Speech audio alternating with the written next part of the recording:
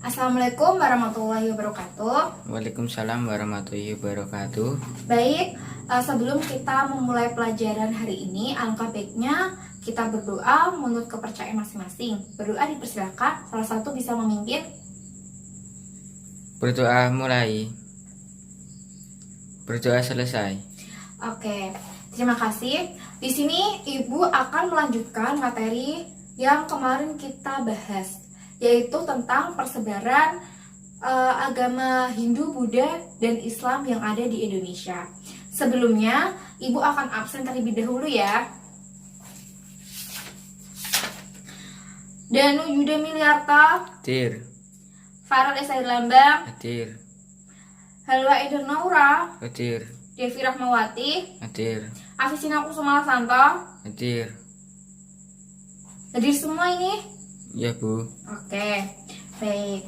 Oke, di sini Ibu akan langsung bahas materi tentang persebaran agama Hindu, Buddha, dan Islam. Sebelumnya kalian pernah dengar gak apa itu atau bagaimana persebaran agama Hindu, Buddha, dan Islam di Indonesia? Ada yang tahu? Bisa angkat tangan? Baik, Ibu akan menceritakan secara singkat saja ya tentang bagaimana sih persebaran ketiga agama tersebut. Oke. Nah, ketiga agama tersebut itu kan ada agama Hindu, Buddha, dan Islam. Di sini Ibu akan membahas tentang Hindu dan Buddha. Nah, sebelum bangsa kolonial datang ke Indonesia, itu bangsa Cina sama bangsa Hindia itu sudah datang ke Nusantara. Nusantara ini bisa juga disebut dengan Indonesia ya. Jadi kalian jangan bingung Nusantara itu apa, Indonesia itu apa. Jadi Nusantara itu sama dengan Indonesia kayak gitu. Nah, kedua bangsa tersebut itu datang ke Indonesia dengan tujuan untuk menyebarkan agama Hindu Buddha melalui jalur perdagangan.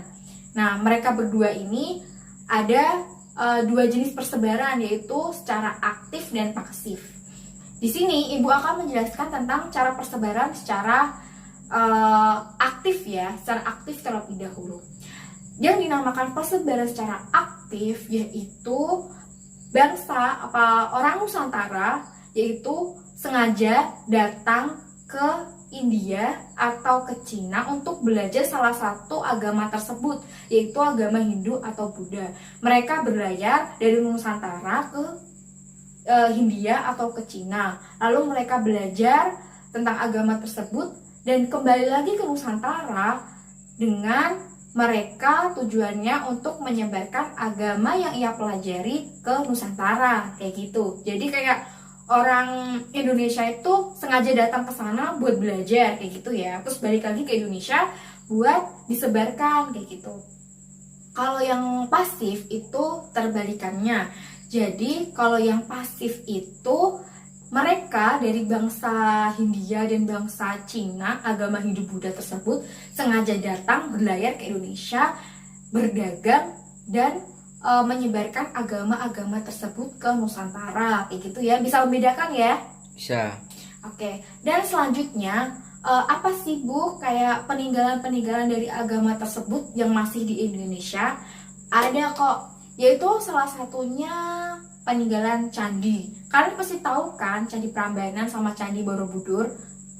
Walaupun kalian belum pernah ke sana atau belum pernah berkunjung, pasti di internet atau di televisi kalian pasti pernah melihat tayangan kan. Nah, bahkan peninggalannya itu sampai sekarang masih dirawat oleh orang Indonesia dan masih dilestarikan, bahkan malah dijadikan sebagai objek wisata, yaitu sebagai peninggalan dari agama Hindu Buddha tersebut. Nah, agama Hindu Buddha tersebut itu juga memiliki sebuah kerajaan. Kerajaan dari agama Hindu itu seperti kerajaan Singosari, terus Majapahit, terus Tarumanegara, Kediri, sama Kutai. Nah, kalau dari agama Buddha itu dari Sriwijaya, terus Kalingga, sama Mataram Buddha gitu ya. Kan bisa membedakan ya? Bisa. Nah, habis itu selain mereka itu meninggalkan sebuah candi dan sebuah kerajaan-kerajaan, mereka juga meninggalkan sebuah tulisan, terus sebuah kayak ritual-ritual yang sampai sekarang itu beberapa orang masih menganggapnya itu hal yang dipercaya. Kayak kalian pasti lihat kan, seorang itu sampai sekarang di zaman milenial ini dengan teknologi yang canggih masih menggunakan sesaji. Mungkin mereka sesaji di tempat yang tertentu, dikasih sesajian kayak gitu. Nah, itu merupakan salah satu peninggalan dari kedua agama tersebut. Nah, untuk agama Hindu-Buddha yang ditanyakan? Tidak. Oke. Dan yang terakhir, Ibu akan membahas tentang agama Islam. Nah, agama Islam sendiri itu sebenarnya persebarannya tuh sama, hampir sama Hindia sama Cina, Hindu-Buddha tadi. Sama-sama dari perdagangan. Bedanya kalau dari agama Islam itu pedagangnya datangnya dari bangsa Arab kayak gitu. Jadi bangsa Arab datang berlayar, berdagang di Nusantara. Mereka sambil berdakwah dan berdagang. Ada juga melalui perkawinan. Jadi kayak misalkan si A itu pedagang dari Arab dan si B adalah orang Nusantara. Mereka bertemu, berkomunikasi dan saling jatuh cinta. Mereka menikah lalu memiliki keturunan. Dan keturunan tersebut itu merupakan salah satu agama Islam. Jadi keturunan terus mempunyai anak, mempunyai cucu, cicit, dan sampai seterusnya menyebar. Ada juga yang mengatakan bahwa agama Islam di Indonesia tersebar itu akibat dari bantuan tokoh Islam yang sangat terkenal, yaitu yang biasa disebut dengan Wali Songo. Nah, Wali Songo itu kalau dalam bahasa Indonesia 9 wali kayak gitu ya. Mereka menyebarkannya melalui dakwah dan juga melalui pagelaran wayang kayak gitu. Jadi wayang itu merupakan salah satu pagelaran yang dulunya dijadikan Wali Songo sebagai penyebar agama Islam kayak gitu. Nah, ini penjelasan secara singkat. Di sini Ibu akan memberikan kalian tugas. Tugasnya yaitu bikin kelompok ya. Tugasnya secara kelompok ya, individu. Jadi lebih ringan. Bikin salah satu kelompok. Kelompoknya bisa terdiri di 5 apa 6 orang kayak gitu kan. Ini jumlahnya berapa? 38 ya? Ya.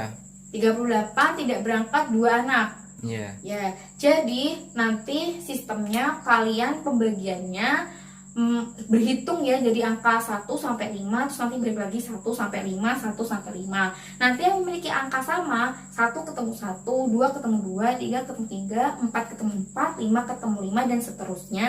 Nanti berkumpul membentuk satu kelompok, dan tugasnya yaitu kalian mencari sumber referensi lain, mungkin dari jurnal ataupun dari internet, dari website, tapi websitenya yang resmi ya, jangan website blog-blog yang nggak bertanggung jawab. Atau bisa kalian cari di perpus.